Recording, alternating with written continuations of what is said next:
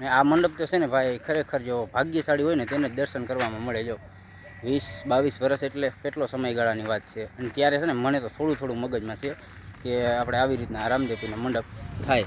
બાકી વધારે તો કેમ કે 20-22 વર્ષ થઈ ગયા હોય એટલે એવડો સમય તો આપણે વધુ યાદ ના રહીએ ને. તેમાં છે હજી છે જો.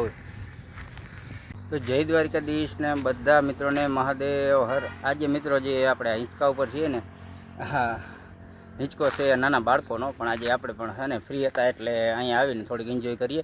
અને આજ મેન વધારે શું છે ટાર્ગેટ આપણે રામદેવપીરનો મંડપ, અને લગભગ 22-23 વર્ષની આજુબાજુ સમયગાળાની જેટલા થયો છે જ્યાં રામદેવપીરનો અખંડ મંડપ જે તરીકે કહેવામાં આવે છે ને તે આ મંડપ.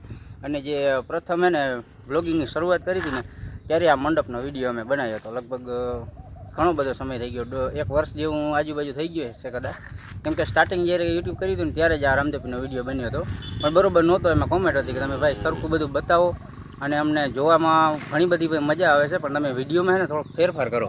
બધું તારીખ સહિત ને ચાલો આજે છે ને ફ્રી થઈ અને બધું અહીંનું બેકગ્રાઉન્ડ ને અહીંનું બધી તમને જેટલી હાથમાં આવે છે તેટલી બધી માહિતી તમને જણાવું. તો ચાલો આપણે વિડીયો કરી દઈએ અહીંથી સ્ટાર્ટ.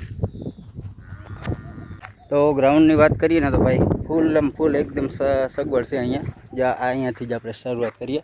આ નાના બાળકોના બધા હિંડોળા ને એવું બધું છે.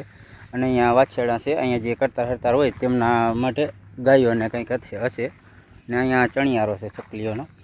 આ તરફ મંદિર બને છે. હવે લગભગ તો અહીંયાનું જ કોઈનું દેવી દેવસ્થાનનું કદાચ હશે. બીજું તો કાંઈ હજી બોર્ડ કે એવું કાંઈ લગાડવામાં આવ્યું નથી. આપણે તો મેન પ્રથમ છે ને શરૂઆત અહીંયાથી જ કરીએ. જો આ લગભગ કેટલા 2002નું છે મંડપની તારીખ. જે અહીંયા તારીખ લખેલી છે 23/5/2002. આપણે અત્યારે હાલની જે સાલ હાલે છે ને તે છે 2025. હવે તમે હિસાબ કરો જે જો અહીંયા રામદેવપીર અને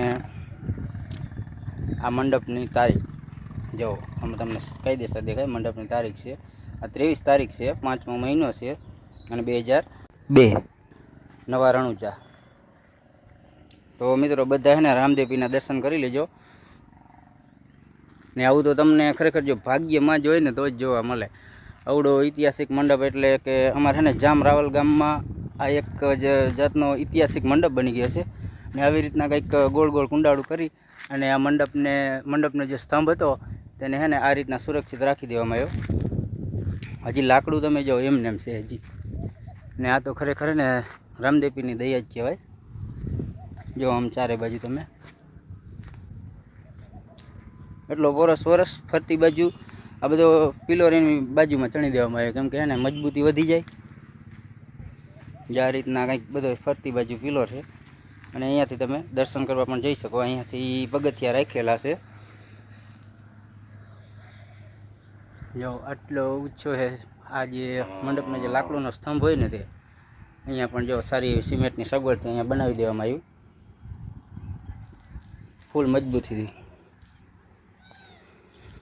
ને બીજા કંઈક નાના સ્થાનકો છે એ પણ ઓલા વિડીયોમાં જૂનો વિડીયો બનાવ્યો હતો ને એમાં હતું.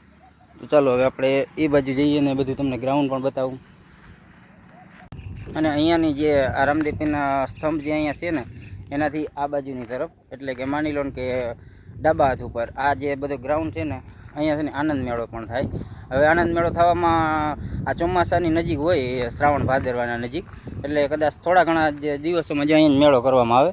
જે આ બધું મોટું બધું ગ્રાઉન્ડ છે ને એટલા બધામાં આમાં છે ને મેળો થાય અને જોરદાર જમાવટ હોય. કદાચ તમે પણ હો ભાઈ કદાચ આજુબાજુના હોય તો અહીંના મેળાની મોજ જરૂરથી માણજો. અને એક અમારો વર્તુ નદીના કાંઠે જે ટીમ્બલા તરીકે જે મેળો જન્માષ્ટમી મેળો ઉજવવામાં આવે ને એ મેળાનો પણ વિડીયો બનાવશું કદાચ સમય જ્યારે મળશે ત્યારે. એની પણ કોમેન્ટો આવે છે કે ભાઈ તમારે જામ રાવલનો મેળો પણ બતાવો, એનો વિડીયો પણ અમે બનાવશું. હવે પછી જેમ સમય જતો જાય તેમ કન્ટેન્ટ મળતા જાય એ રીતના આપણે આગળ વિડીયો તમને બતાવતા જશે. જે અહીંયા કોઈ પણ નાના મોટા બાઇક છે, પછી 4 વ્હીલ છે, બધી બાઇકો ને બધું જે આ બાજુ છે ને પાર્કિંગ કરાવવામાં આવે.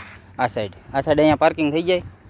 અને ફરતી બાજુ મેળાનું ગ્રાઉન્ડ છે. જે આ રામદેવપીરનો જે સ્તંભ મંડપ રહ્યો ને ત્યાંથી આ બાજુ એટલામાં હોય કોઈ ઓલા શું કહે ફૂરફદડી છે, પછી હોડકીઓ છે, એવા નાના મોટા બધા સિસોડા ને એવા બધા બાળકોને એન્જોય થાય એટલામાં બધા એટલામાં ગોઠવાઈ જાય. અને આ બાજુ બધી બહેનોને અને બધા ચાદર પાથરી અને બેઠા હોય ને એકદમ શાંતિથી મેળો કરે. આ બાજુ પાર્કિંગની લાઈન હોય એટલામાં આજુબાજુમાં રાખી દે. આમ તો કોઈ કહે ને આ બાજુ પાર્કિંગ કરવામાં કોઈ ના પાડે, પણ આ બાજુ કદાચ વ્યવસ્થિત હોય ને તો સારું રહે, બધા માટે સારું બને ને, કેમ કે એકબીજાને ખોટી નડતર ના કરે બાઇક ને એવું બધું. અને બધા માન્યતા કરતા હોય એકાબીજાના, કેમ કે આવડું મોટું સ્થાનક છે રામદેવ પીરનું, આવડું મોટું સ્થાનક હોય એટલે આપણે પણ શાંતિ જાળવવી જરૂરી જ છે ને. અહીંયા પણ જો ઘણા બધા નાના મોટા સ્થાનકો છે, આપણે અહીંયા પણ દર્શન કરીએ. અહીંયા ને ભાઈ નામ નથી લખેલું, તમે એમને દર્શન કરી લેજો. અગાડી આ બાજુ તો ને હનુમાન દાદાનું બધું છે મંદિર, તો હાલો આપણે એ બાજુ જઈએ.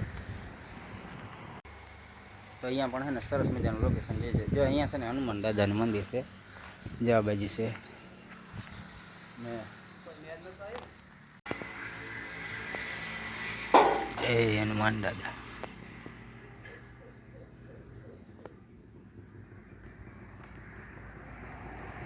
તો અહીંયા છે ને ભાઈ છે ને હનુમાન બાપાના જો અહીંયા દર્શન કર્યા, અને અહીંયા છે ને હાજરા હજુર પરસા પૂરે ને એવું કહેવામાં આવે છે. હનુમાન બાપા ખરેખર જો અહીંયા હાજર, અને એવું નથી હનુમાન બાપા કે શ્રી રામ કે ગમે તે મેં કૃષ્ણ કહ્યો કે ગમે તે કહ્યો, રામ અને લક્ષ્મણ એમાંથી હનુમાનના તો ગમે ત્યાં પરસા અપરંપાર છે ગમે તે જગ્યાએ, એવું નથી કે અહીંયા એક જ સ્થાન ઉપર. આપણે છે ને અહીંયા હનુમાન બાપાના એ બધા દર્શન કર્યા, અને સરસ મજાનું લોકેશન છે. તમે પણ જો આજુબાજુમાં ક્યાંય એમાં ટચ થતા હો તો અહીંથી નીકળો ત્યારે જે આ રોડ છે મેન હાઈવે રસ્તો છે, જામ રાવલ ને 3 પાટિયાની લગતો રસ્તો છે. અહીંયાથી જરૂરથી આવો તો અહીંયા દર્શન કરજો. તમામે ભક્તોની બધાયનું દુઃખ દૂર થાય એવી મારી પ્રાર્થના છે હનુમાન બાપા આગળ. તો અહીંયા જો રોડની નજીક જ છે, જે અહીંયા સામે બાજુ છે ને અહીંયા હાઈવે રસ્તો છે, અને અહીંયા જે હનુમાન બાપાનું બિરાજમાન મંદિર છે. તમામ ભક્તોને દુઃખ દૂર કરવા માટે હનુમાન બાપા હાજરા હજુર બેઠા છે.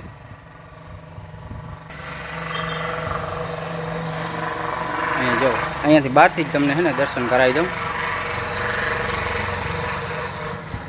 જે અહીંયા હનુમાન બાપાનું સ્થાનક છે, અને હાજરા હજુર હનુમાન બાપા આપણે સ્વયં તમે અહીંયા જોઈ શકો. સમર્પિત કરવી એટલે આપણો દુઃખનો રસ્તો જરૂરથી હનુમાન બાપા ગમે તેમ કરીને શોધી આપે.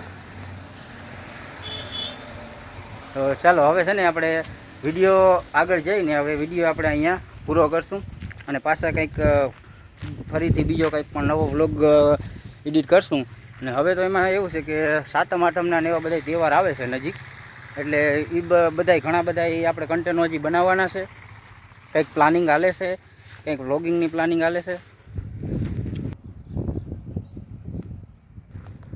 તો ચાલો હવે છે ને આજનો વ્લોગ અહીંયા પૂરો કરીએ. જય દ્વારકાધીશ, મહાદેવ હર બધા મિત્રો, ફરી મળીએ પાછા નવા વિડીયોમાં.